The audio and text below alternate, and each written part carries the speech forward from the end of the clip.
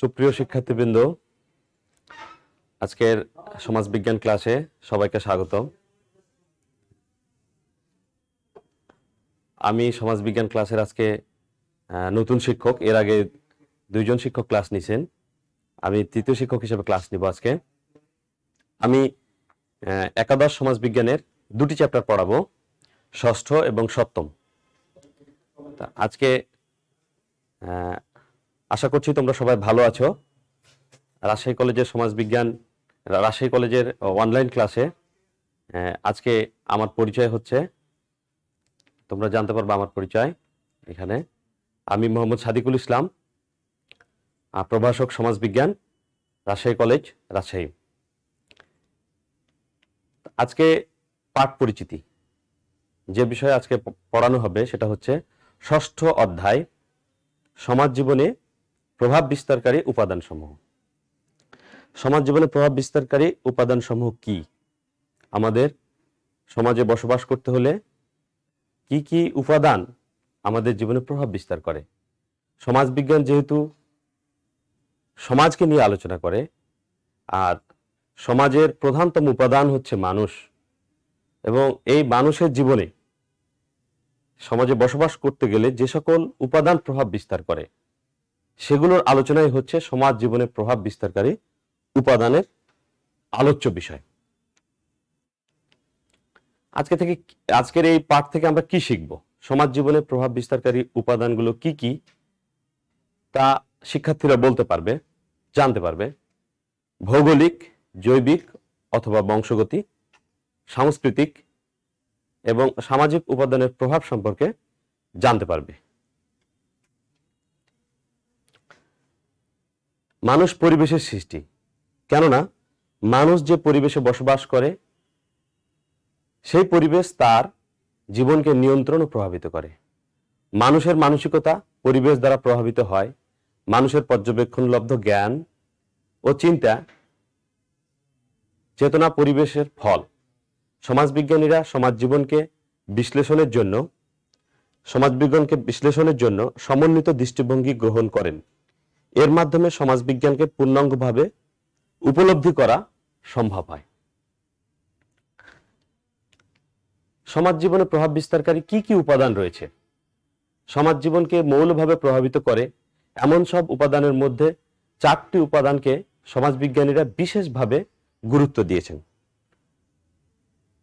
অনেক উপাদানই সমাজ জীবনে মানুষের উপর প্রভাব বিস্তার করে, কিন্তু 4টি মৌলিক উপাদান যা সব সমাজে সবখানে প্রভাব বিস্তার করে, সেই 4টি উপাদান হচ্ছে ভৌগোলিক বা প্রাকৃতিক উপাদান, 2 নম্বর হচ্ছে বংশগতি বা জৈবিক উপাদান, 3 নম্বরটা হচ্ছে সাংস্কৃতিক উপাদান, 4 নম্বরটা হচ্ছে সামাজিক বা গোষ্ঠীগত উপাদান। এই 4টি উপাদানের বাইরে আরো অনেক উপাদান আছে যা মানুষের সমাজ জীবনকে প্রভাবিত করে, কিন্তু এটি এক এক সমাজে এক এক রকম। কোথাও মানুষের জীবনকে প্রভাবিত করে একভাবে, আবার কোথাও আরেকভাবে। কিন্তু এই 4টি উপাদান সারা পৃথিবীব্যাপী মানুষের সমাজ জীবনে প্রভাব বিস্তার করে। সমাজ জীবনে ভৌগোলিক উপাদানের প্রভাব। ভৌগোলিক উপাদান কিভাবে সমাজ জীবনের উপর প্রভাব বিস্তার করে? সমাজ জীবনে ভৌগোলিক উপাদানের প্রভাব সবচেয়ে বেশি পরিলক্ষিত হয়। সবচেয়ে বেশি যে উপাদানটা সমাজ জীবনে মানুষের উপর প্রভাব বিস্তার করে সেটা হচ্ছে তার ভৌগোলিক উপাদান। উপযুক্ত ভৌগোলিক পরিবেশ মানব জীবনের জন্য অপরিহার্য সত্য বলা যেতে পারে। উপযুক্ত ভৌগোলিক পরিবেশ, যদি আমরা দেখি যে কানাডার একেবারে উত্তরে জনবসতি কম, কেন? সেখানে প্রচন্ড শীত পড়ে, তাপমাত্রা -50°C কাছাকাছি। এই জন্য সেখানে বসবাস করা খুব কষ্টসাধ্য, এই জন্য মানুষ বসবাস করতে পারে না। এই ভৌগোলিক অবস্থার কারণেই সেখানে মানুষের বসবাসের অনুপযোগী এলাকা। এটা একটা মানুষের জীবনে প্রভাব বিস্তার করছে। ভৌগোলিক পরিবেশ বলতে বোঝায় ওই সব মহাজাগতিক অবস্থা। ভৌগোলিক পরিবেশটা কি? যা মানব সৃষ্ট নয়, মানুষ ভৌগোলিক পরিবেশ সৃষ্টি করতে পারে না, এবং সেগুলো নিজস্ব ধারায় স্বপরিবর্তনশীল এবং স্বনিয়ন্ত্রিত। মানুষ এই ভৌগোলিক অবস্থাটাকে নিয়ন্ত্রণ করতে পারে না। এখানে একটি কথা বলা ভালো, গতকালকে আমরা উত্তরাখণ্ডের একটা ঘটনা দেখেছি যে হিমালয়ের একটা হিমবাহ থেকে একটা বড় বরফখণ্ড ভেঙে পড়ে কিভাবে মুহূর্তের মধ্যেই একটা পানির প্রবাহ একটা জনপদকে ভাসিয়ে নিয়ে গেছে। বলা হচ্ছে যে প্রায় 200 থেকে 250 মানুষ সেখানে মারা গেছে। এটা কেউ নিয়ন্ত্রণ করতে পারে নাই, স্বনিয়ন্ত্রিত, স্বপরিবর্তনশীল। সমাজবিজ্ঞানী ম্যাকাইভার ও পেজ তাদের সোসাইটি গ্রন্থে বলেন, প্রকৃতি মানুষের জন্য যা কিছু নিয়োজিত রেখেছে তার সবকিছু মিলে ভৌগোলিক পরিবেশ গঠিত। সমাজ জীবনে ভৌগোলিক উপাদানের এই ব্যাপক প্রভাব আমরা সব সময়, সব ক্ষেত্রেই, সবখানেই লক্ষ্য করি। এই ভৌগোলিক পরিবেশেই মানুষের সুপ্ত প্রতিভা বিকশিত হয়। একটা কথা সমাজবিজ্ঞানে আমরা বলে থাকি সব সময়, যে সমাজই মানুষ সৃষ্টি করে। উপযুক্ত সামাজিক পরিবেশ উপযুক্ত মানুষ সৃষ্টির জন্য গুরুত্বপূর্ণ। এখন ভৌগোলিক উপাদানের কি কি প্রভাব আমাদের সমাজ জীবনে থাকে? জনসংখ্যার বন্টন ও সভ্যতার উৎপত্তি, অর্থনীতি ও শিল্প কারখানা, ঘরবাড়ির ধরন, পোশাক পরিচ্ছদ, যানবাহন, নরবংশ, মানব প্রকৃতি ও দক্ষতা, বিবাহ ও পরিবার জীবন, অপরাধ, রাজনৈতিক সংগঠন ও প্রশাসন। তোমরা এখানে দেখতে পাচ্ছ যে ভৌগোলিক উপাদানগুলো কি উপায়ে সমাজ জীবনকে প্রভাবিত করতে পারে। এখন আমরা এইসব বিষয়ের একটু বিস্তারিত জানব। জনসংখ্যার বন্টন ও সভ্যতার উন্মেষ। জনসংখ্যার বন্টন ও সভ্যতার উন্মেষটা এই ভৌগোলিক পরিবেশের সাথে কিভাবে সম্পর্কিত সেটা আমরা জানব। জনসংখ্যার ঘনত্ব নির্ভর করে মানুষের মৌলিক চাহিদা পূরণের অনুকূল ভৌগোলিক পরিবেশের উপর। মানে জনসংখ্যা কোথায় বেশি হবে সেটা বোঝা যাবে মানুষ তার মৌলিক চাহিদাগুলো কিভাবে পূরণ করতে পারছে অতি সহজেই। দেখা যাচ্ছে শহরে মানুষের ঘনত্ব বেশি। কেন? শহরে মৌলিক চাহিদা সমূহ সহজেই পূরণ করা যায়। মানুষের মৌলিক চাহিদাগুলো কি আমরা জানি, খাদ্য, বস্ত্র, বাসস্থান, শিক্ষা, চিকিৎসা। তো শহরে দেখা যায় শিক্ষা, চিকিৎসা, বস্ত্র, চাকরি বাকরির সুবিধা অর্থ খাদ্য, বাসস্থানের অ্যাভেলেবিলিটি যদিও একটা এক্সপেন্সিভ হয়, তারপরে এই সবকিছু সুবিধার কারণে মানুষ এই শহরে বসবাস করতে চায়। এটা জনসংখ্যার ঘনত্বের মানে মৌলিক চাহিদা পূরণের উপর নির্ভর করে। যেখানে খাদ্যের যোগান ও বসবাসের উপযোগী আবহাওয়া থাকে সেখানে সভ্যতার গোড়াপত্তন সম্ভব। খাদ্যের যোগান এবং উপযোগী আবহাওয়া, সেখানে সভ্যতার গোড়াপত্তন সম্ভব। সভ্যতা সৃষ্টির জন্য মানুষের কর্মশক্তির ভূমিকা অনস্বীকার্য। সভ্যতা সৃষ্টির জন্য মানুষের কর্মশক্তির ভূমিকা অনস্বীকার্য। জলবায়ু মানুষের কাজকর্মকে নিয়ন্ত্রণ করে। আর মানুষের যে কর্মশক্তি, যদি জলবায়ু প্রতিকূল হয়, মানুষ যদি কাজ করতে না পারে, কাজ করলে মানুষ অসুস্থ হয়ে পড়ে, তাহলে সেই আবহাওয়া জলবায়ুতে মানুষ বসবাস করতে পারবে না। অনুকূল পরিবেশ, সেই জন্যই নাতিশীতোষ্ণ অঞ্চলে প্রাচীন সভ্যতা সমূহ বিকশিত হয়েছিল। নাতিশীতোষ্ণ অঞ্চল কৃষির উপযোগী। নাতিশীতোষ্ণ অঞ্চল, যে সকল অঞ্চল না শীত না গরম, সেখানেই কৃষির উপযোগী আবহাওয়া দেখা যায়। এজন্য উত্তর মেরু, দক্ষিণ মেরু, এই মেরু অঞ্চলে অত্যাধিক ঠান্ডা, আবার বিষুবরেখা অঞ্চলে অত্যাধিক গরম, মরুভূমি এলাকা, এসব এলাকায় মানুষ কম দেখা যায়। নাতিশীতোষ্ণ অঞ্চলে কর্কটীয় এলাকা বা মকরীয় এলাকায় দেখা যায় জনবসতি অত্যাধিক বেশি। দেখা যায় এসব এলাকায় নাতিশীতোষ্ণ আবহাওয়া বিরাজ করে। এই জন্য দেখা যায় এসব এলাকায় জনবসতি অত্যন্ত বেশি। অর্থনৈতিক জীবন। মানুষের অর্থনৈতিক জীবনের বিভিন্ন দিক তথা প্রাকৃতিক সম্পদ, খাদ্য পানীয়, শিল্প, কৃষি, পেশা ইত্যাদির উপর ভৌগোলিক পরিবেশের অনস্বীকার্য প্রভাব রয়েছে। মানুষের অর্থনৈতিক জীবন, অর্থনীতি ছাড়া আমাদের জীবন চলতে পারে না। বলা হয়ে থাকে অর্থনীতি হচ্ছে মানব সমাজের ফিউল। যা ছাড়া, যেমন একটা গাড়ি তেল ছাড়া গাড়ি চলতে পারে না, ফিউল ছাড়া গাড়ি চলতে পারে না, অর্থনৈতিক ব্যবস্থা ছাড়া একটা সমাজ, একটা দেশ, একটা মানুষ কেউই চলতে পারে না। অর্থনৈতিক জীবনটার সাথেও আমাদের এই ভৌগোলিক পরিবেশ ওতপ্রোতভাবে জড়িত। তাহলে প্রাকৃতিক সম্পদ, কোন অঞ্চলের প্রাকৃতিক সম্পদ সেখানকার ভৌগোলিক পরিবেশের উপর অনেকটাই নির্ভরশীল। প্রাকৃতিক সম্পদ বলতে আমরা কি বুঝি? প্রাকৃতিক সম্পদ বলতে বুঝি প্রকৃতি হতে আহরিত সম্পদ সমূহ। যেমন এক সময় বরেন্দ্র অঞ্চল, আমাদের রাজশাহী দিনাজপুরের এলাকার বরেন্দ্র অঞ্চলে একটা ফসল হতো, সেটা নির্ভরশীল ছিল শুধু বৃষ্টির উপর। এই জন্য এই এলাকায় জনবসতি কম থাকতো, শুধু একবার ধান হতো বৃষ্টি হলে, তা আবার সেটা কম। বর্তমানে ইরিগেশন সিস্টেম আসার পরে সেখানে হয়তো অনেক ফসল ফলছে। তারপরে গ্যাস উত্তোলন, আমাদের গ্যাস বাংলাদেশে যে অন্যতম খনিজ সম্পদ, সেটা দেখা যায় উত্তর পশ্চিম অঞ্চলে গ্যাসটা, দক্ষিণ অঞ্চলেও কিছু কিছু গ্যাস পাওয়া যাচ্ছে, কিন্তু আমাদের উত্তর অঞ্চলে বা উত্তর পূর্ব অঞ্চলে গ্যাস পাওয়া যাচ্ছে এবং কিছু কিছু জায়গায় দক্ষিণ অঞ্চলে, কিন্তু আমাদের উত্তর অঞ্চল বা পশ্চিম অঞ্চলে বাংলাদেশে গ্যাস পাওয়া যাচ্ছে না। আবার উত্তর অঞ্চলে কি পাওয়া যাচ্ছে? উত্তর অঞ্চলে দেখা যাচ্ছে কয়লা খনি পাওয়া যাচ্ছে। এটা একটা প্রাকৃতিক সম্পদ। তারপরে নদী নালার অবস্থা, এটা প্রাকৃতিক ভাবে নদীর থেকে আমরা যেমন আগে যেটাকে বলা হতো হাইড্রোলিক সোসাইটি, পানির উপর নির্ভর করে জীবন, মানে এই পানির ব্যবহার করে, প্রাকৃতিক সম্পদকে ব্যবহার করে চাষাবাদ করা হতো এইটা। তারপরে সমুদ্রের অবস্থান, সমুদ্রের তীরবর্তী এলাকা সমূহে নতুন নতুন পোর্ট তৈরি করলে পারে সেখানে জনজীবন উন্নত হয়, এই পোর্টের মাধ্যমে ওই এলাকায় ব্যবসা বাণিজ্যের প্রসার হয়। এই প্রাকৃতিক সম্পদ, এটাও তো একটা সমুদ্রের অবস্থান। যেমন আমাদের চট্টগ্রাম বন্দর, বলা হয়ে থাকে চট্টগ্রাম ঢাকা শহরের আগেও চট্টগ্রামের প্রতিষ্ঠা, কেউ বলে কলকাতা শহরের আগে ঢাকা শহর, তারপরে কলকাতা শহর।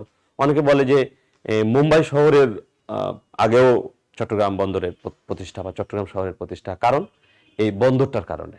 তো এটা একটা প্রাকৃতিক ভাবে তৈরি, সমুদ্রের অবস্থানের কারণে এই শহরের অবস্থান। খাদ্য ও পানীয় কম বেশি ভৌগোলিক প্রভাব যুক্ত। নদী ও সমুদ্র এলাকার মানুষ বেশি মাছ এবং বনাঞ্চলে বসবাসকারী মানুষ ফলমূল ও মাংস গ্রহণ করে। নদী ও সমুদ্র এলাকার মানুষ বেশি মাছ এবং বনাঞ্চলে বসবাসকারী মানুষ ফলমূল ও মাংস বেশি গ্রহণ করে। খাদ্য ও পানীয়ের ভিতরে এটা দেখা যায়। তারপরে বাংলাদেশের দিকে আমরা লক্ষ্য করলে দেখবো যে ভৌগোলিকভাবে কিভাবে খাদ্য পানীয়র পরিবর্তনটা আমরা লক্ষ্য করি। বাংলাদেশের দক্ষিণ অঞ্চলে দেখা যায় নারিকেল প্রচুর উৎপাদন হয়, এই জন্য নারিকেল এবং নারিকেল হতে উৎপাদিত দ্রব্যাদি আমাদের খাদ্যে, দক্ষিণ অঞ্চলীয় খাদ্যে দেখা যায়। নারিকেলের নরম অংশ হতে নিঃসৃত দুধ বিভিন্ন খাদ্যে দেখতে পাই, বা নারিকেলের তৈরি বিভিন্ন খাবার আমরা দক্ষিণ অঞ্চলে দেখতে পাই। পক্ষান্তরে উত্তর অঞ্চলে নারিকেল উৎপাদন কম হওয়ায় আমরা নারিকেল জাতীয় খাবার কম দেখি। আবার উত্তর অঞ্চলে আমরা দেখি আলু থেকে তৈরি বা আলু জাতীয় খাবারের উৎপাদন বা আলু থেকে উৎপাদিত খাবার বেশি আমরা দেখি উত্তরাঞ্চলে। এটা ভৌগোলিক কারণে খাদ্য পানীয়ের এই প্রভাব আমরা লক্ষ্য করি। তোমরা সুপ্রিয় শিক্ষার্থী, তোমরা যদি কোনো বিষয়ে প্রশ্ন থাকে বা জানতে চাও, যদি বুঝতে না পারো, অনেক বিষয় হয়তো না বোঝার সম্ভাবনাই বেশি, তোমরা নিচে কমেন্ট সেকশনে জানাবা। আমি আছি কমেন্ট সেকশনের আনসার এখন দিতে পারবো না হয়তো ক্লাস চলাকালীন, ক্লাসের পরে আমি দেখে আমি কমেন্ট সেকশনে যতগুলো আসবে ইনশাল্লাহ সবগুলো দেওয়ার চেষ্টা করব। তোমরা কমেন্ট সেকশনে কমেন্ট করে জানাব, মানে তোমাদের প্রশ্নগুলো জানাইলে পরে আমি উত্তর দিতে পারবো ইনশাল্লাহ। না জানালে হয়তো তোমরাও জানতে পারবে না, আমিও হয়তো বুঝবো যে তোমরা সব জেনে গেছো। আচ্ছা, তাহলে আমরা কৃষি ভৌগোলিক পরিবেশের সাথে কৃষি ওতপ্রোতভাবে জড়িত। বাংলাদেশে বিভিন্ন অঞ্চলে ভৌগোলিক কারণে নানা রকমের শস্যের চাষ হয়। ভৌগোলিক কারণে নানা অঞ্চলে নানান রকমের চাষবাস আমরা লক্ষ্য করি। কৃষির সাথে ভৌগোলিক সম্পর্ক সবচেয়ে বেশি দেখা যায়। রংপুরের একটা এলাকায় দেখা যায় যে তামাকের বেশি চাষ হয়, কুষ্টিয়ার দিকে দেখা যায় তামাকের চাষ হয়, আবার আমাদের প্লেন ল্যান্ডে তামাকের চাষ কম হয়। এটা একটা ভৌগোলিক কারণ। তারপর অনেক শস্যের চাষ ভৌগোলিক কারণে এক এক এলাকায় হয়, এক এক এলাকায় তৈরি হয় না। আর কৃষির জন্য যে পানির দরকার, এটা অতীত কাল থেকেই আমরা মিশরীয় সভ্যতা, সুমেরীয় সভ্যতা, চৈনিক সিভিলাইজেশন যেটা আমরা জানি, সেটাকে ওই ওভারফ্লো ইরিগেশনের মাধ্যমে করা হয়েছিল। এবং এই কৃষিটাও ওই ভৌগোলিক মানে উপাদানের সাথেই সম্পর্কিত। শিল্প সাধারণত কাঁচামালের সহজলভ্যতার দিকে লক্ষ্য রেখেই শিল্প কারখানা গড়ে ওঠে। যেখানে কাঁচামাল নেই সেখানে শিল্প কারখানা গড়ে ওঠা অসম্ভব। কাঁচামালের দুষ্প্রাপ্যতা থাকলে একটা শিল্প কারখানা চলতে পারবে না। বাংলাদেশের দুধ বাস্তবায়ন করার যে কারখানা, সেটা কোথায়? তোমরা কমেন্ট সেকশনে জানাও তো, বড় কারখানাগুলো কোথায়? দেখা যাবে পাবনা সিরাজগঞ্জ অঞ্চলে, কারণ এই দিকে বাথান আছে, এখানে প্রচুর দুধ উৎপাদন হয়, এই জন্য এখানে বাস্তবায়ন কারখানাগুলো করা হয়েছে। বাংলাদেশের চিনি শিল্প, এক সময় চিনি শিল্পের কারণেই বাংলাদেশের একটা এলাকা বিখ্যাত ছিল, উত্তর অঞ্চলটা। দক্ষিণ অঞ্চলে চিনি কল দুই একটা নেই বললেই চলে, দক্ষিণ অঞ্চল পূর্ব অঞ্চলে চিনি শিল্প নাই। তাহলে এই উত্তর অঞ্চলে আখের প্রাচুর্য ছিল দেখেই, আখ নামক একটা কাঁচামাল ছিল বলেই চিনি শিল্প গড়ে উঠেছে। এই চিনি শিল্পের কারণেই বাংলাদেশের রেল যোগাযোগ ব্যবস্থা উত্তর অঞ্চলে এই চিনি শিল্পকে কেন্দ্র করে একটা যোগাযোগ ব্যবস্থা গড়ে উঠেছে, আমরা দেখতে পাই। কারখানা স্থাপনে লক্ষ্য করা যায়, দেখা গেছে। তারপরে এই শিল্পের সাথে আবার যোগাযোগ ব্যবস্থার একটা সম্পর্ক আছে। শিল্পের উৎপাদিত দ্রব্যাদি বিভিন্ন জায়গায় রপ্তানি করার জন্য দরকার হয় একটা উন্নত যোগাযোগ ব্যবস্থার, না হলে উৎপাদিত পণ্য সঠিকভাবে মার্কেটে দেয়া অসম্ভব হয়ে পড়ে। পেশা পেশা পেশা নির্বাচনের ক্ষেত্রে ভৌগোলিক প্রভাব গুরুত্বপূর্ণ ভূমিকা পালন করে। দক্ষিণ অঞ্চলের নদী মাতৃক এলাকায় অনেকেই পেশা হিসেবে নদীতে জেলে জীবন, মাছ চাষ বা মাছের ঘের করা, এই সকল পেশার সাথে জড়িত হয়ে থাকে। ঘরবাড়ি, পোশাক পরিচ্ছদ ও যানবাহন। ঘরবাড়ির সাথে ভৌগোলিক পরিবেশ ওতপ্রোতভাবে জড়িত। ঘরবাড়ি প্রকৃতি ও বৈশিষ্ট্য প্রধানত ভৌগোলিক পরিবেশের উপর নির্ভরশীল। ঘরবাড়ি তৈরির উপকরণ ও ভৌগোলিক পরিবেশের দ্বারা প্রভাবিত। কি কি উপকরণ দিয়ে ঘরবাড়ি তৈরি করতে হবে? যেমন জাপান হচ্ছে ভূমিকম্প প্রবণ এলাকা। এই ভূমিকম্প প্রবণ এলাকা হওয়ায় জাপানে ঘরবাড়িতে বেশি ব্যবহার করা হয়েছে কাঠ। জাপানে বেশি কাঠ ব্যবহার করা হয়েছে জাপানে। কিন্তু বাংলাদেশের ঘরবাড়িতে দেখা যাবে আমাদের জানালায় একটু সানসেট দেয়া, কারণ বাংলাদেশে বর্ষাকালটা একটু বেশি সময় ধরে থাকে, বর্ষার সময় পানি আসে একটু উড়ে, এই সানসেটের ভিতর দিয়ে পানি ঢুকে যায়, এই জন্য জানালার ভিতরে পানি ঢুকে যায়, এই জন্য সানসেট দেয়া হয়। কিন্তু মরু এলাকা, যেসব মরুভূমিতে, পাকিস্তানে বা ভারতের মরুভূমি এলাকায় বর্ষাকাল কম, বর্ষা হয় না, বৃষ্টি হয় না বললেই চলে, সেসব এলাকায় দেখা যাবে যে ঘরবাড়িতে সানসেট সেরকম ভাবে দেওয়া থাকে না। পোশাক পরিচ্ছদ, জলবায়ু আবহাওয়ার কারণে বিভিন্ন অঞ্চলের মানুষের পোশাক পরিচ্ছদ বিভিন্ন রকম হয়। শীত প্রধান অঞ্চলের মানুষ সাধারণত মোটা ও পশমি কাপড় পরিধান লক্ষণীয়, আবার নাতিশীতোষ্ণ অঞ্চলের মানুষ হালকা ও সুতি কাপড় পরিধান করে। যানবাহন দেখা যায় যেসব এলাকা নদীমাতৃক, পাহাড়ি এলাকায় দেখা যায় চাঁদের গাড়ি আমরা দেখি পাহাড়ি এলাকায়, কারণ পাহাড়ি এলাকায় সচরাচর রিক্সা, ভ্যান এসব জিনিস উঠতে পারে না।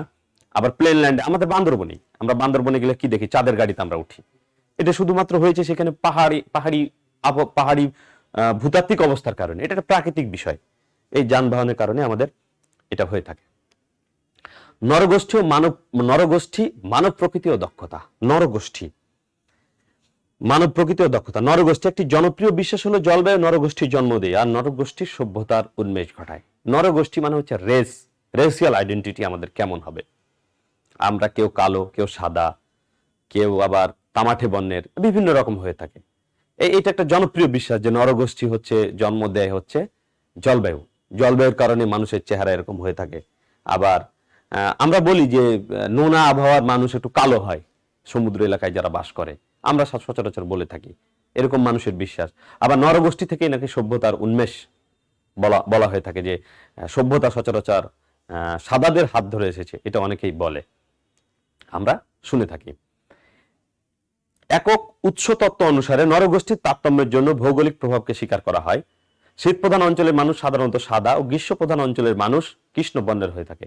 এই ব্যাখ্যার মাধ্যমে সব নরগোষ্ঠীর উৎপত্তি ও বিকাশকে পুরোপুরিভাবে বিশ্লেষণ করা সম্ভব হয় না। এটাকে পুরোপুরিভাবে বিশ্লেষণ করা সম্ভব হয় না। মানব প্রকৃতি ও দক্ষতা, বলা হয় যে মানসিক দক্ষতা, বুদ্ধিমত্তা ভৌগোলিক উপাদান দ্বারা প্রভাবিত। মানসিক দক্ষতা ও বুদ্ধিমত্তা ভৌগোলিক উপাদান দ্বারা প্রভাবিত। হাটিংটন এক গবেষণায় দেখিয়েছেন যে 40 ডিগ্রি ফারেনহাইট তাপমাত্রায় মানসিক দক্ষতা তথা বুদ্ধিমাত্রার জন্য সবচেয়ে অনুকূল। উষ্ণ অঞ্চলের মানুষ কিছুটা অলস ও আরামপ্রিয় হয়। দেখা যায় আমাদের রাজশাহীর মানুষ, আমরা যারা রাজশাহীতে বড় হয়েছি, রাজশাহীতে থাকি, তারা দুপুরবেলা একটা ঘুম দেয়। কিন্তু ঢাকায় বা বাংলাদেশের অন্য শহরে দুপুরে মানুষ ঘুমায় না। এটা হয়েছে রাজশাহীতে যখন গরমের সময় একটু বেশি গরম পড়ে, তখন দুপুরে মানুষ সকালের দিকে মানুষ কাজ করে একটু টায়ার্ড হয়ে গেলে একটু রেস্ট নিতে চায় বা একটু আরাম করতে চায়, শরীরটা একটু টায়ার্ড হয়ে গেলে শরীরটা একটু চায় যে একটু আরাম নিতে। আমরা যারা রাজশাহীতে থেকেছি, বড় হয়েছে, আমাদের কাছে সেটাই মনে হয়েছে, এবং এটা একটা ভৌগোলিক কারণেই। আবার আমরাই যখন বাইরে থেকেছি তখন আমাদের কাছে ঘুম একবারও আসেনি, বা আমরা সেটা ফিল করিনি, আমাদের কাছে সেটা মনে হয়েছে। তারপরে হচ্ছে ব্যক্তি ও সামাজিক জীবন। ব্যক্তি ও সামাজিক জীবন, বিবাহ ব্যবস্থা, বিবাহের পেছনে অনেকাংশেই ভৌগোলিক পরিবেশ দায়ী। ভৌগোলিক পরিবেশ দায়ী। বাংলাদেশের গ্রাম অঞ্চলে সাধারণত অল্প বয়সে বিবাহ দেওয়া হয়। এর পিছনে হচ্ছে বাংলাদেশের আবহাওয়ার কারণে বাংলাদেশের ছেলে মেয়েদের খুব অল্প বয়সেই যৌবন প্রাপ্তি ঘটে, যৌবন প্রাপ্তি ঘটে, অল্প বয়সে যৌবন প্রাপ্তি ঘটে এবং বিয়ের ব্যবস্থা করা হয়। সম্ভবত ফসল ঘরে তোলার পর অগ্রহায়ণ পৌষ মাসে বিবাহ কার্য সম্পন্ন করা হয়। যৌন জীবন, মানুষের যৌন জীবনের উপর ভৌগোলিক প্রভাব অনস্বীকার্য। গ্রীষ্ম অঞ্চলের তুলনায় গ্রীষ্ম প্রধান অঞ্চলের তুলনামূলকভাবে কম বয়সে মানুষের যৌবন প্রাপ্তি ঘটে। মানে শীত প্রধান এলাকার চাইতে গ্রীষ্ম প্রধান অঞ্চলের মানুষের যৌবন প্রাপ্তি ঘটে হচ্ছে খুব তুলনামূলকভাবে আগেই একটু যৌবন প্রাপ্তি ঘটে। আমরা ইংল্যান্ডের একটা গবেষণার কথা জানি যে ইংল্যান্ডে গড় যৌবন প্রাপ্তির বয়স 21 বছর, কিন্তু যেখানে বাংলাদেশে আমরা জানি গড় যৌবন প্রাপ্তির বয়স 15 কি 16 বছর এরকম।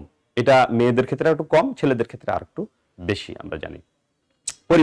পরিবার ব্যবস্থার উপর ভৌগোলিক প্রভাব বিদ্যমান। কৃষিভিত্তিক পরিবারে যৌথ পরিবার বেশি, কৃষিভিত্তিক পরিবার ব্যবস্থায় যৌথ পরিবার বেশি দেখা যায়। আর কৃষির সাথে রয়েছে ভৌগোলিক পরিবেশের সম্পর্ক। ধর্ম, গ্রীষ্মপ্রধান অঞ্চলের মানুষের মধ্যে সহজেই ধর্মের চিন্তার উন্মেষ ঘটে। গ্রীষ্মপ্রধান অঞ্চলের মানুষ দেখা যায় যে সহজেই ধর্ম চিন্তার উন্মেষ ঘটে। আর শীতপ্রধান অঞ্চলের মানুষ জীবনযাপনের উপযোগী উপকরণ সংগ্রহে সবচেয়ে বেশি ব্যস্ত থাকে। এই জন্য তাদের ধর্মীয় চিন্তা তারা করার সময় পায় না, এত ব্যস্ত থাকে তারা যে এত শীত পড়ে যে তাদের খাবার জোগাইতে, তাদের খাবার জোগাড় করতে তাদেরকে বেশি তাপ উৎপাদন করতে হয়, শরীরে বেশি ফ্যাট খেতে হয়, মাংস খেতে হয়। এই সব কারণেই তাদের বেশি সময় ওই খাবার সংগ্রহ করতে বেশি সময় ব্যয় করতে হয়। এই জন্য তারা ধর্মীয় চিন্তার উন্নয়নের সুযোগ খুব কম থাকে সেখানে। অপরাধের সাথে ভৌগোলিক পরিবেশের সম্পর্ক গুরুত্বপূর্ণ। বাংলাদেশের চর অঞ্চলে দেখা যায় অপরাধটা একটু বেশি ঘটে প্লেনল্যান্ডের চাইতে, মানে বাংলাদেশের সমতল ভূমির চাইতে। আমরা সুন্দরবনের কথা জানি, সুন্দরবনে অনেক খাল নদী, এর ভিতরে আমরা দেখি যে জলদস্যুরা থাকে। এটা একটা ভৌগোলিক কারণে, ওখানে দুর্গম হয়ে থাকে, দুর্গম এলাকায় পাহাড়ে আমরা জানি যে অপহরণ করে নিয়ে যায়, তারপরে মুক্তিপণ আদায় করে পাহাড়ে। এটা আমরা জানি শুধু ভৌগোলিক কারণে। এখানে দুর্গম এলাকা, সহজে এখানে অভিযান পরিচালনা করা অসম্ভব বা সম্ভবপর হয়ে ওঠে না, এসব এলাকায় নিয়ন্ত্রণ করা অসম্ভব হয়ে উঠেছে। এই কারণেই এই অপরাধ প্রবণ এই এলাকাগুলো হয়ে উঠেছে, যেটা দুর্গমতার কারণে। শিল্পকলা ও সাহিত্যের সাথে একটা মানে ভৌগোলিক পরিবেশের সম্পর্ক আমরা লক্ষ্য করি। কারণ দেখা যায় বাংলাদেশে বর্ষাকালটা একটু বেশি সময় থাকার কারণে আমরা অন্তঃকক্ষ ক্রীড়া একটু বেশি দেখি। লুডু খেলা, গুটি খেলা আমরা দেখি ঘরের ভিতরে, তারপর বিভিন্ন গল্প বলা, কেচ্ছা কাহিনী বলা, এগুলো আমরা বাংলাদেশে লক্ষ্য করি। বাংলাদেশের ময়মনসিংহ গীতিকার কথা আমরা জানি। কেন ময়মনসিংহ গীতিকার কথা জানি? ময়মনসিংহ এলাকার মানুষ সবসময় সারা বছর ওই ময়মনসিংহ এলাকায় কি থাকে, ওই যে হাওড়, এক বছর ধান হলে 3-4 বছরের সমান ধান হয়, 3-4 বছর আবার সারা বছর পানিতে ডুবে থাকে। তারা ওই ধান চাষ করে নেওয়ার পরে ধান চাষ খায় আর ঘরের ভিতর শুয়ে থাকে আর গীতিকা লেখে। তো এই জন্য ওইসব এলাকায় যেহেতু তাদের যাতায়াতের কোনো ব্যবস্থা নাই, বিনোদনের কোনো ব্যবস্থা নেই, তখন তারা ওই গীতিকা বা অন্তঃকক্ষ কাজ বা অন্তঃকক্ষ ক্রীড়া, তাস খেলা, গুটি খেলা, দাবা খেলা বা এই সকল তো আধুনিক খেলা, দাবা খেলা, তাস খেলা। কিন্তু তার আগে গল্প বলা, কেচ্চা কাহিনী বলা, পুঁথি পাঠ, এগুলো আমাদের সাহিত্য শিল্পকলায় আমরা লক্ষ্য করি। স্বাস্থ্যের সাথে আমাদের ভৌগোলিক পরিবেশ সম্পর্কিত। দেখা যায় যে নাতিশীতোষ্ণ অঞ্চলের মানুষ স্বাস্থ্যবান বেশি হয়ে থাকে। পাহাড়ি এলাকার মানুষ একটু বেশি শক্তিশালী হয়, কারণ তারা ছোট থেকেই তারা পাহাড়ে উঠানামা করে অভ্যস্ততা থাকার কারণে তাদের শরীরের যে শক্তিমত্তা সেটা বেশি থাকে এবং খাদ্যাভ্যাস থাকে তাদের আলাদা, যারা পাহাড়ে বসবাস করে। এবং এই স্বাস্থ্যের সাথে মানুষের মানুষের পুষ্টিকর খাবার গ্রহণের সম্পর্ক থাকে, স্বাস্থ্যের সাথে মানুষের আবহাওয়া থাকে, স্বাস্থ্যের সাথে মানুষের জীবনযাপন প্রণালীর একটা সম্পর্ক আমরা লক্ষ্য করি। আচার অনুষ্ঠান, কি আচার অনুষ্ঠান আমাদের এলাকায় হবে বা একটা ভৌগোলিক পরিবেশে কি আচার অনুষ্ঠান সব করা যাবে, সেটা নির্ভর করে ওই ভৌগোলিক অবস্থার উপর। তো এখন যদি খুব বেশি শীত পড়ে, তাহলে তো বাড়ি থেকে কেউ বেরোতে পারবে না, তাহলে কি আচার অনুষ্ঠান সম্ভব? তো আমাদের আমরা এই যে বিয়ের কথা বলছিলাম, বিয়েটা আমাদের হয় অগ্রহায়ণ পৌষ মাসে, মানে অগ্রহায়ণ মাসে, মানে যে সময় একটু কম শীত না গরম। গরমের সময় যদি মানুষ বিয়ের আয়োজন করে, তাহলে কেউ তো আসবে না। এই আচার অনুষ্ঠান একটা মানে ভৌগোলিক অবস্থা কেন্দ্রিক। আমাদের শীতকালে পিঠাপুলির উৎসব আমরা করি, দেখা যায় সে সময় মানুষজন আসতে ভালোবাসে, মানুষজন একটু খেয়ে আরাম পায়। এই আচার অনুষ্ঠানের সাথে ভৌগোলিক পরিবেশের একটা আমরা সম্পর্ক লক্ষ্য করি। রাজনৈতিক সংগঠন ও প্রশাসন, রাজনৈতিক প্রশাসনের উপর ভৌগোলিক প্রভাব বিদ্যমান। রাষ্ট্রচিন্তাবিদ মন্টেস্কু ও রুশোর দুটি উক্ত থেকে এর প্রমাণ মিলে। মন্টেস্কুর মতে পার্বত্য ভূমি স্বাধীনতার অনুকূল, পার্বত্য এলাকায় স্বাধীনতার অনুকূল, প্রাচ্যের সমতল ও উষ্ণ অঞ্চল এক না এক তন্ত্রের ও স্বৈরচারী শাসনের অনুকূল। সব আবহাওয়া স্বাধীনতার অনুকূল নয়, সবাই স্বাধীনতার অনুকূল নয়, সব আবহাওয়া স্বাধীনতার অনুকূল নয়। এখান থেকে আমরা লক্ষ্য করি যে স্বাধীন চেতা এলাকার মানুষ হবে যারা পার্বত্য ভূমিতে বাস করবে। এই জন্য দেখা যায় ব্রিটিশ বিরোধী আন্দোলন চট্টগ্রামে আমরা বেশি লক্ষ্য করি। চিটাগাং থেকে মাস্টার দা সূর্য সেনরা চিটাগাঙে আন্দোলন করেছে, চট্টগ্রামে আন্দোলন করেছে। এটা হলো এই রাজনৈতিক ও প্রশাসনের উপর ভৌগোলিক প্রভাব। ন্যায় নীতিবোধের প্রভাব সব যুগেই লক্ষ্য করা যায়। যেমন ভারতীয় হিন্দুরা গরুকে মা জ্ঞানে পূজা করে এবং গো হত্যাকে মহাপাপ মনে করে। ধারণা করা হয় প্রাচীন ভারতে কৃষি সভ্যতায় গরুর প্রয়োজন ছিল বলেই হয়তো গরুকে কেন্দ্র করে ভারতীয় নীতি ধর্ম গড়ে উঠেছে। হতে পারে এরকম যে গরুর প্রয়োজনীয়তা ছিল দেখে গরুকে কেন্দ্র করে এরকম নীতি ধর্ম গড়ে উঠতে পারে। তাহলে এটা কৃষির সাথে সম্পর্কিত, আর কৃষি হচ্ছে আমাদের ভৌগোলিক পরিবেশের সাথে সম্পর্কিত। এখন আমরা আরেকটা নতুন জিনিস জানবো, যে জিনিসটা হচ্ছে আমাদের জৈবিক বা বংশগত উপাদান। অনেকেই এটাকে বিভিন্নভাবে ব্যাখ্যা করতে চায়। আমাদের সমাজবিজ্ঞানের সমাজচিন্তাবিদ যারা আছেন তারা গাল্টন, পিয়ারসন, ডুগাল, তিনজন আছেন। বংশগতি কি জিনিস? আসলে বংশগতি হচ্ছে এমন একটা জিনিস যা উত্তরাধিকার ভাবে প্রাপ্ত উপাদান, যা মানব শরীরে কার্যকর থাকে। এখন আমরা এই বংশগত উপাদান বুঝতে আমাদের একটা জিনিস বুঝতে হবে, সেটা হচ্ছে মিওসিস, কোষ বিভাজন। সুপ্রিয় শিক্ষার্থী, তোমরা যারা এই এসএসসি মানে 9-10 যারা সায়েন্সে ছিল তারা সবাই হয়তো জানো যে মিওসিস কোষ বিভাজন আমাদের জনন কোষে হয়।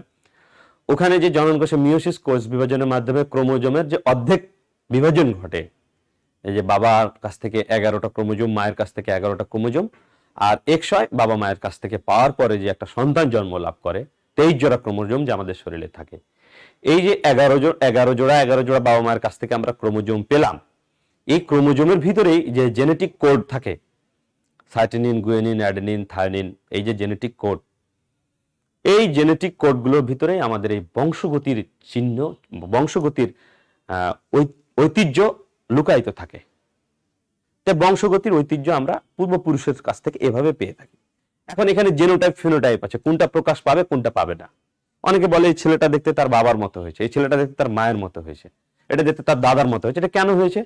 ওইটা তার দাদার জিনটা, জেনেটিক কোডটা তার মধ্যে প্রকাশ পেয়েছে, তার বাবার জেনেটিক কোডটা তার মধ্যে প্রকাশ পেয়েছে, তার মায়ের জেনেটিক কোডটা তার মধ্যে প্রকাশ পেয়েছে। যার জেনেটিক কোডটা প্রকাশ পাবে তার মতো হবে। এখন অনেকগুলো জেনেটিক কোড এখানে কাজ করে। তো এইটাকে বংশগতি বলে। মানে বংশগতি হচ্ছে এটা কেউ সৃষ্টি করতে পারে না, এটা ন্যাচারালি সৃষ্টি হয়। এটা উত্তরাধিকার ভাবে বাবা মায়ের কাছ থেকে প্রাপ্ত বা উত্তরাধিকার সূত্রে প্রাপ্ত যে সকল জিনিস আমরা লাভ করেছি। এখন যদি কেউ বলে যে আপনি দেখতে আপনার বাপের মতন, তার মানে আমার বাবা মায়ের যে জেনেটিক্যাল কোড সেটা আমি পেয়েছি, বাবার যে জেনেটিক্যাল কোড সেটা আমার ভিতরে প্রকাশ পেয়েছে। এরকম। তো জৈবিক নিয়ন্ত্রণবাদ জিনিসটা আসলে কি? জৈবিক নিয়ন্ত্রণবাদ বলে একটা জিনিস আছে, জৈবিকভাবে কিভাবে নিয়ন্ত্রিত হই আমরা।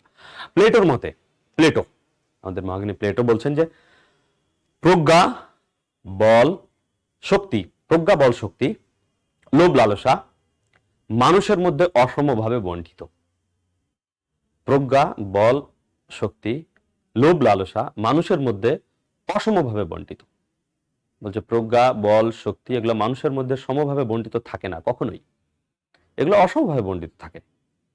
আর তাই জ্ঞানবান, বলবান সাধারণ কৃষক মজুর শ্রেণীতে পরিণত হয়। প্লেটো বলছে যে এই প্রজ্ঞা, বল, শক্তি, লোভ, লালসা মানুষের মধ্যে অসমভাবে বণ্টিত থাকে এবং এর ফলাফলই মানুষ কেউ জ্ঞানবান হয়, কেউ বলবান হয়, কেউ সাধারণ কৃষক মজুর শ্রেণীতে পরিণত হয়।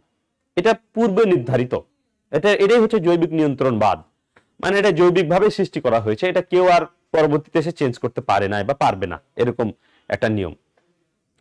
এরিস্টটল বলছেন, এরিস্টটলের মতে জন্মগতভাবে কেউ মনিব নয়তো দাস।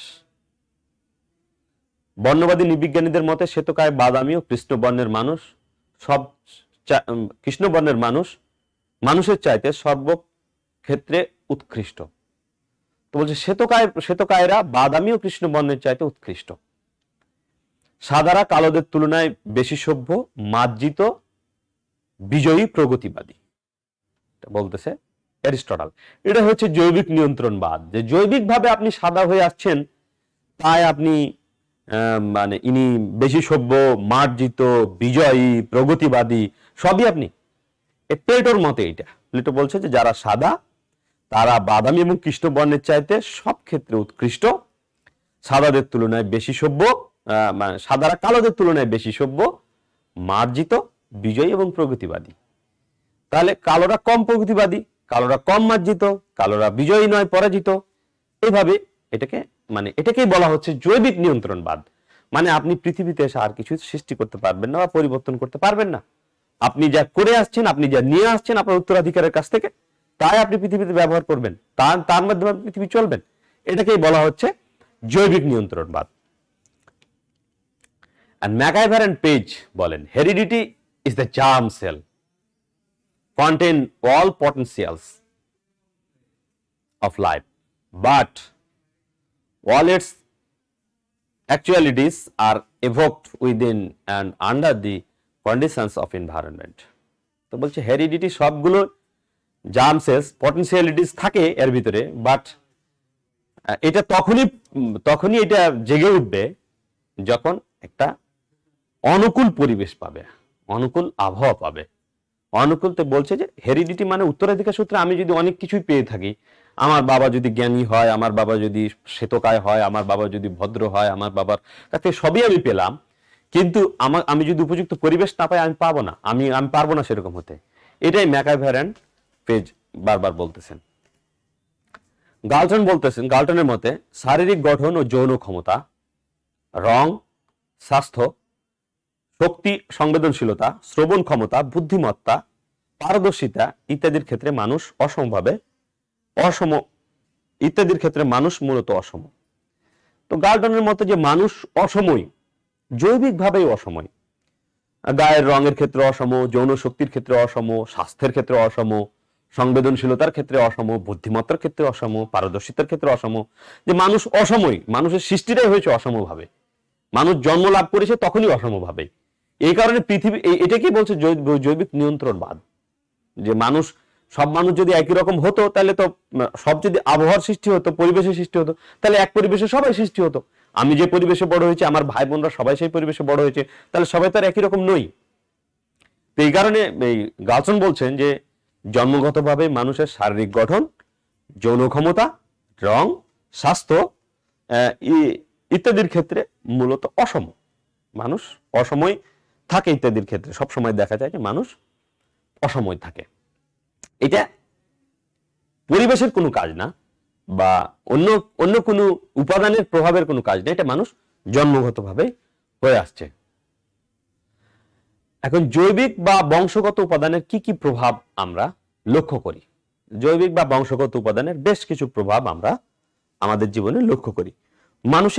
মানুষের শারীরিক গঠনের ক্ষেত্রে এখানে বলে রাখা ভালো যে জৈবিক বা বংশগত উপাদান যে সব সব ক্ষেত্রেই একই রকম হয়ে থাকে এমনটি নাও হতে পারে। এখন শক্তিশালী দুইজন বাবা মার সন্তান দুর্বল হতে পারে, কারণ আসার পরে দেখা গেল সে খুব খেতে পারে না, বা তার ক্ষুধামন্দা হয়, বা সে কোনো জটিল অসুখে ভুগেছে ছোট বয়সে, তাহলে সে তো আর শক্তিশালী হতে পারে না। এরকম হয়ে থাকে।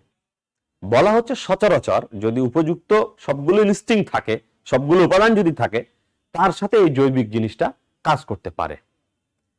তাহলে জৈবিক বা বংশগত উপাদানের কি কি প্রভাব আমরা লক্ষ্য করি মানুষের শারীরিক গঠনের ক্ষেত্রে? মানসিক শারীরিক গঠনের ক্ষেত্রে আমরা দেখি যে বংশগতির একটা বিরাট প্রভাব বিদ্যমান থাকে। দেখা যায় যে উত্তরাধিকারের সবাই যদি শক্তিশালী বা উঁচু লম্বা ফর্সা এরকম হয়ে থাকে, তাদের বংশে দেখি ম্যাক্সিমাম সবাই প্রায় 80% দেখা যায় যে ওইরকম হয়ে থাকে। দু একটা যে ব্যতিক্রম হয় না তা নয়, দু একটা ব্যতিক্রমও হয়, কিন্তু বেশিরভাগ ক্ষেত্রে দেখা যায় যে তারা উঁচু লম্বা বা স্বাস্থ্যবান বা এরকম হয়ে থাকে। আবার কিছু কিছু ক্ষেত্রেও দেখা যায় যে এর ব্যতিক্রমও দু একটা হয়। তবে ওভারঅল একটা মানে একটা একটা ক্যাটাগরি একটা মানে একটা ক্যাটাগরির ভিতরে এই জৈবিক বিষয়টা থাকে। যেমন চাকমাদের, একটা চাকমাকে দেখলে আমরা চিনতে পারি যে এটা চাকমা। কেন? তার শারীরিক গঠনের ভিতরেই অনেক কিছু থাকে, যে সে হবে তামাটে বাদামি বর্ণের হবে, তার চোখগুলা মনে হবে চীন থেকে আসছে, মানুষ এখানে ঘুম থেকে উঠলো, তার চুলগুলো কম থাকবে, দাড়ি কম থাকবে, এরকম একটা মানে মঙ্গলয়েড রেস থাকবে তার ভিতরে। সে বাংলাদেশে তাকে মনে হবে জানি সে চাকমা। বা চীন দেশের যারা মানুষ তারা একটু খাটো খাটো হবে, চীন দেশের মানুষের মতো, এটা চাকমা। আর যে সাঁওতালকে আমরা বলি, একটা সাঁওতালকে আমরা দেখলেই বলবো প্রথমত তার গায়ের বর্ণ হবে একটু কৃষ্ণ বর্ণ, কালো, সে একটু চিকন চাকন হবে, রোভাস্ট বডি থাকবে না তার। এরকম আমরা বলবো। এটাকে বলা হচ্ছে মানুষের শারীরিক গঠনের উপর, বুদ্ধাঙ্কের উপর। বুদ্ধাঙ্কের উপর বলতে বোঝাচ্ছে মানুষের আইকিউ, মানুষের কেমন চিন্তা করতে পারে, বুদ্ধিভিত্তিক আচরণটা কেমন হবে। এটা অনেক ক্ষেত্রেই জৈবিক অনেকেই বলে, আবার অনেকে বলে যে এটা জৈবিক নয়, এটা সামাজিক। যে সমাজে সে বড় হবে সেখান থেকেই তার বুদ্ধাঙ্কের একটা ব্যাপার গড়ে উঠবে। এটা একটু দান্দিক ব্যাপার আছে, বিভিন্ন জন বিভিন্নভাবে এটাকে ইয়ে করে। তবে কিছু কিছু ক্ষেত্রে বলা হয় যে অমুক গোষ্ঠীর মানুষ বেশি চালাক, আমরা বলি অমুক এলাকার মানুষ বেশি চালাক, আমরা বলি যে নোয়াখালীর মানুষ বেশি চালাক, আমরা বলি যে উত্তরের মানুষ একটু কম চালাক, এভাবে বলি না? আমরা দক্ষিণের মানুষ একটু বেশি চালাক বলি, উত্তরের মানুষ একটু কম চালাক বলি। এটা এইভাবে হয়তো এই জৈবিক কারণেই হয়তো গড়ে উঠেছে এরকম একটা চিন্তা ভাবনা। ব্যক্তিত্ব বিকাশের ক্ষেত্রে তোমার ব্যক্তিত্ব কেমন হবে, এই ব্যক্তিত্ব বিকাশের ক্ষেত্রে জৈবিক প্রভাব গুরুত্বপূর্ণ ভূমিকা পালন করে। ব্যক্তিত্ব বিকাশের ক্ষেত্রে জৈবিক প্রভাব গুরুত্বপূর্ণ ভূমিকা পালন করে। এখন এই ব্যক্তিত্ব বিকাশটা কিভাবে হতে পারে? উপযুক্ত পরিবেশ যদি না পাওয়া যায়, উপযুক্ত পরিবেশ না পাওয়া গেলে ব্যক্তিত্ব বিকাশ সম্ভব হয়ে ওঠে না। এখন একজন মানুষ পড়াশোনা করে মানুষের মতো মানুষে সে উন্নত জীবন যাপন করে, তাহলে তার জৈবিক পরিচয়টা কতটুকু থাকে, এটা একটা চিন্তার বিষয়। কিন্তু ব্যক্তিত্ব বিকাশের ক্ষেত্রে তার উত্তরাধিকারের জৈবিক একটা ব্যাপার থেকে যায়। আমরা বলা হয়ে থাকে যে পারিবারিক শিক্ষায় সবচেয়ে বড় শিক্ষা। আমাদের অনেক অনেক জায়গায় আমরা শুনি বা আমরা আমাদের পড়াশোনাতেও দেখেছি যে পরিবার থেকে যে শিক্ষাটা হয়েছে সেটাই মানুষের বেসিক একটা শিক্ষা। এই জন্য ব্যক্তিত্ব বিকাশের ক্ষেত্রে পরিবারের বা জৈবিক একটা ব্যাপার থাকে। আচার ব্যবহারের ক্ষেত্রে আমরা কিভাবে আচার ব্যবহার মানুষের সামনে করি বা কি আচার ব্যবহার করব, এটা জৈবিক কি না, এটা বংশগতির কতটুকু প্রভাব আছে। এই বংশের মানুষের আচার ব্যবহার ভালো, আমরা বলি এই গোষ্ঠীর মানুষের আচার ব্যবহার ভালো, এই আচার ব্যবহারের ক্ষেত্রে এরা একটু নরম, এরা একটু সফট, এরা একটু কঠিন মানুষ, এদের সাথে এটা আচার ব্যবহারের ক্ষেত্রে আমাদের জৈবিক একটা সম্পর্ক আমরা লক্ষ্য করি যে উনার বাবা মা শান্তশিষ্ট মানুষ, উনিও শান্তশিষ্ট মানুষ হবেন আমরা ধরে নিই। তবে এটার সাথে আবার সামাজিক একটা পরিবেশের সম্পর্ক রয়েছে। সামাজিক প্রভাব আমরা যেটাকে বলছি বা গোষ্ঠীগত প্রভাব আমরা শেষে আলোচনা করব। ওই সামাজিক বা গোষ্ঠীগত প্রভাবের একটা সম্পর্ক আমরা দেখতে পাই শেষের দিকে, যে তার আচরণটা কেমন হবে সেটা সামাজিক প্রভাব বা গোষ্ঠীগত প্রভাব থাকে অনেক ক্ষেত্রেই বলে দিবে যে তার আচরণটা কেমন হবে, একটা সময় এসে তাকে বলে দেবে।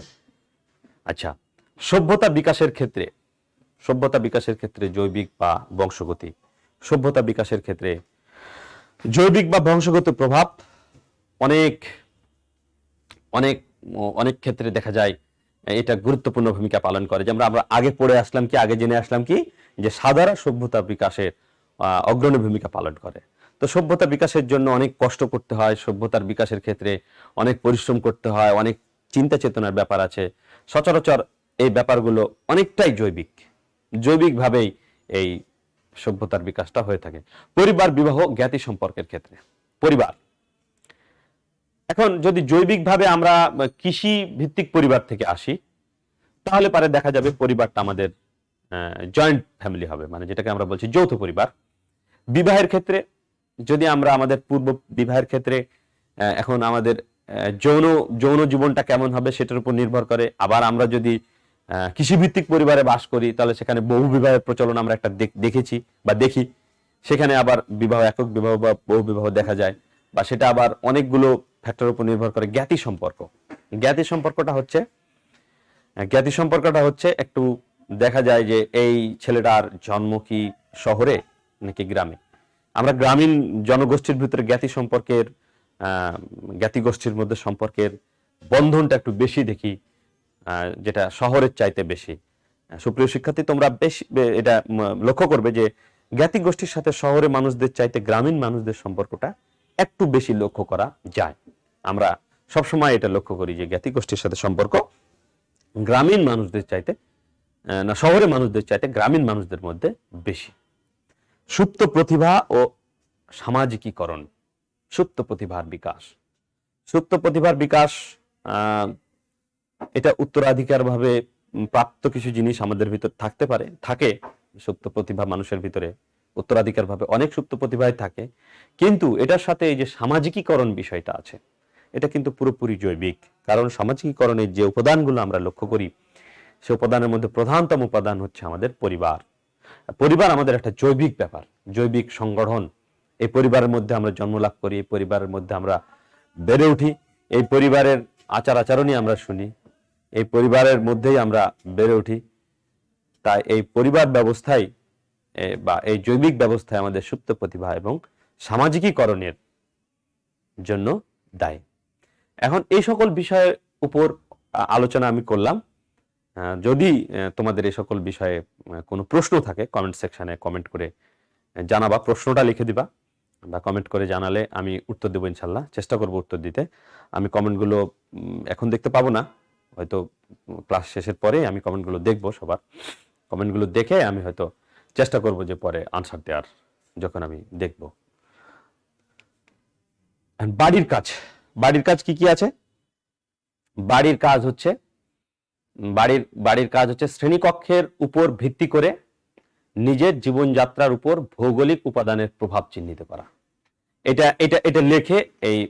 এটা লেখে তোমরা নিজেরা দেখতে পারো যে এটা বাড়ির কাজ। শ্রেণীকক্ষের উপর ভিত্তি করে নিজের জীবনযাত্রার উপর ভৌগোলিক উপাদানের প্রভাব আলোচনা। আর একটা হচ্ছে গ্রুপ কাজ দেওয়া হয়েছে, দলগত কাজ। আমাদের জীবনের সকল ক্ষেত্রে ভৌগোলিক উপাদানের প্রভাব পরিলক্ষিত হয়, যে সকল ক্ষেত্রে ভৌগোলিক প্রভাব পরিলক্ষিত হয় সেসব বিষয়ের উপর ছাত্রছাত্রীরা দুই দলে বিভক্ত হয়ে বিতর্ক প্রতিযোগিতার আয়োজন করবে। এখন আমরা এট এ গ্লান্স আমি সবগুলো স্লাইড একটু দেখি, তোমরা কি বুঝলা কিনা।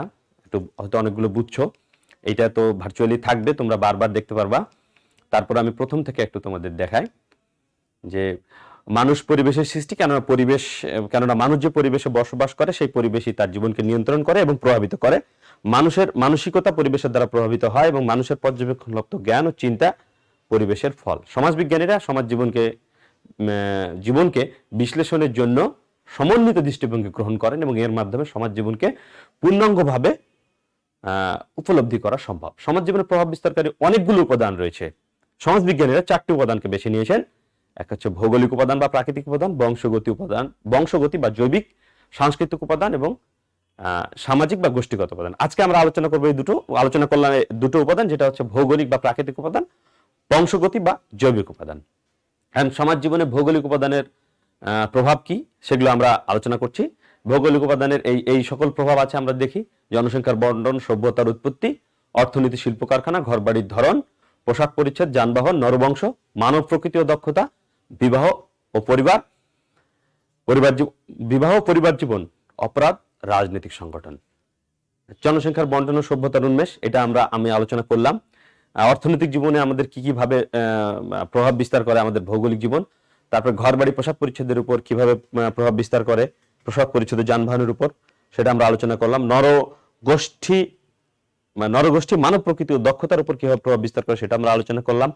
ব্যক্তি ও সমাজ জীবনের উপর কিভাবে ভৌগোলিক পরিবেশ প্রভাব বিস্তার করে সেটা জানলাম। অপরাধ, শিল্প, কলা ও সাহিত্য, স্বাস্থ্য ও আচার অনুষ্ঠান, এগুলো আমরা আলোচনা করলাম। রাজনৈতিক সংগঠন ও প্রশাসন কিভাবে ভৌগোলিক পরিবেশের সাথে সম্পর্কিত সেটা আমরা আলোচনা করলাম। নীতিবোধ কিভাবে ভৌগোলিক পরিবেশের সাথে সম্পর্কিত সেটা আমরা আলোচনা করলাম। তারপর জৈবিক বা বংশগত উপাদান, বংশগত কি সেটা আমরা আলোচনা করলাম। তারপর জৈবিক নিয়ন্ত্রণবাদ কি, মানে জৈবিকভাবে আমরা কিভাবে নিয়ন্ত্রিত হই সেটা আলোচনা করলাম আমরা। তারপরে আমরা আলোচনা করলাম এই